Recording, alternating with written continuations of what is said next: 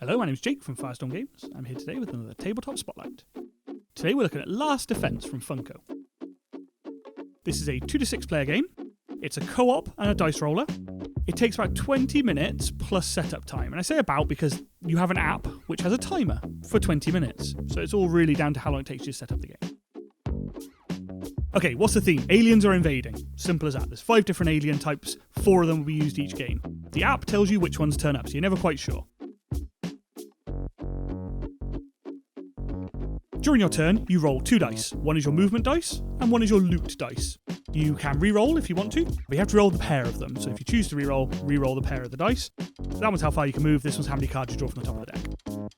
You use these cards to excavate and remove rubble and barriers, which are trapping scientists, who are the most useful members of society, he says as a scientist. Once you grab scientists, you turn them over and you get to see what their specialisation is, so astrophysicist or biologist. You rescue the scientists because each of the gribblies, the monsters, has a vulnerability. Technically has a pair of them. So if you have those 2 scientists in the same location as the monster, you defeat it. Defeat all 4 monsters, win the game. At its core, this is really simple because it's timed, so the debate and all the discussion happens in real time. Should I run over there or should I do this? Okay, I'll run over here, I'll grab this item and give it to you. Cool, you go over there, use a flare, because you have to use flares to distract monsters to move into their spaces, and then I'll rescue that scientist. If it's the right type, cool, we defeat the giant space aliens, or the blob, or the spider robots, they're classic.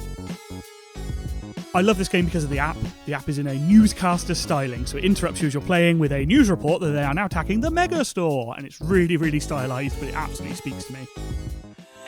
We interrupt our regular programming to bring you this important news. We have reports around the city of damage caused by unknown monsters. We have people trapped at these locations.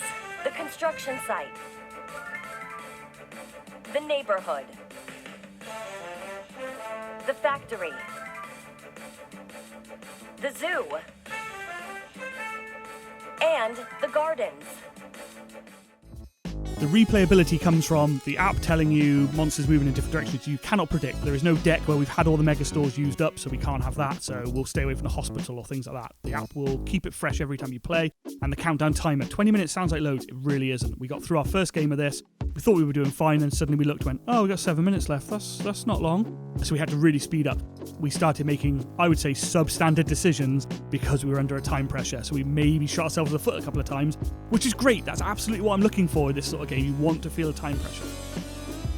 It's fun, it's fast, the style works for it. It's a bit of a laugh for when you want to play a game before or after something a bit meaty for the evening. It's in stock now. Firestormgames.co.uk, links in the description below.